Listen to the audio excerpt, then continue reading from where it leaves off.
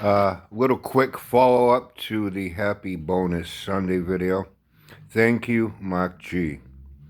Actually, you left a comment on what I had on the community concerning the GTO, GTX, and Chevelle. And it's something I had actually wanted to talk about on this Happy Bonus Sunday video about testing on cars, and for some reason I got into so many other things that slipped my mind. You're absolutely right.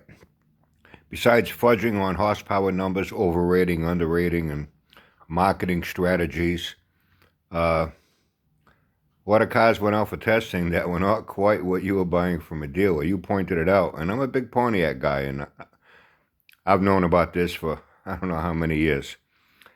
A lot of the early GTOs that went out for testing, these cars are being prepped. Royal Pontiac was, a big name. They had their Bobcat GTOs that they raced in Super Stock. Even though the 389 was the only engine you could get in production, they had the 421 Super Duties in them that they had in the early Catalinas. Later in 1968, Super Duty 428 in Grand Prix only. These were badass engines, I know. I had both of these engines in both of my Pontiacs. My first Firebird was the HO 400, 1967. The second 1970 Trans Am was a Ram Air 4, but the engine was beat. That ended up with a Super Duty 428, and the rest was history. But you're right, a lot of testing cars that were going out were not what you were getting from a dealer. They had much larger displacement engines. Chevy did the same thing. A lot of 396 Camaros, Chevelles. The early pre-70 years, the Novas, 396 SS. How many of them had a 427 snuck under the hood? You can't tell the difference looking at them. Magazine testers aren't pulling heads and checking bore and stroke. Car shows up, they just race the hell out of it, take some pictures, put it in a fucking magazine in an article, with an editorial on it and results. Mopar did the same thing with a lot of 383 Roadrunners, Cudas, Challengers. A lot of them had 440s under the hood. You know what I mean? There was so much cheating going on.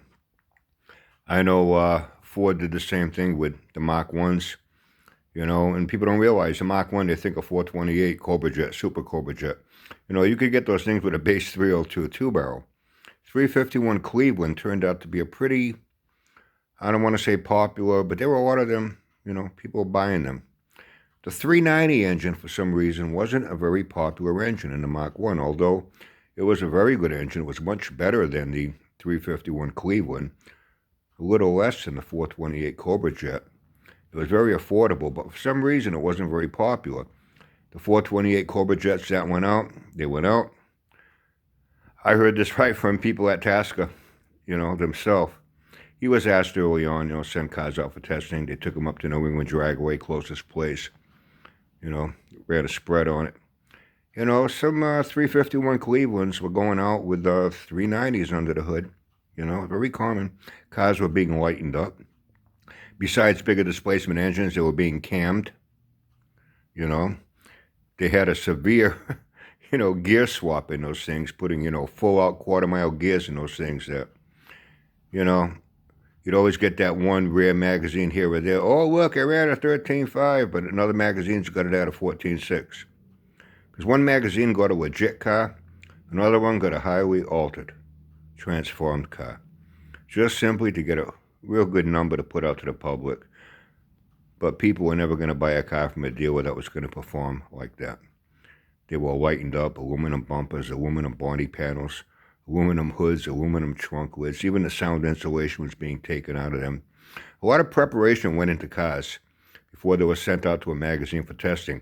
Mark G., thank you very much for leaving that in a comment.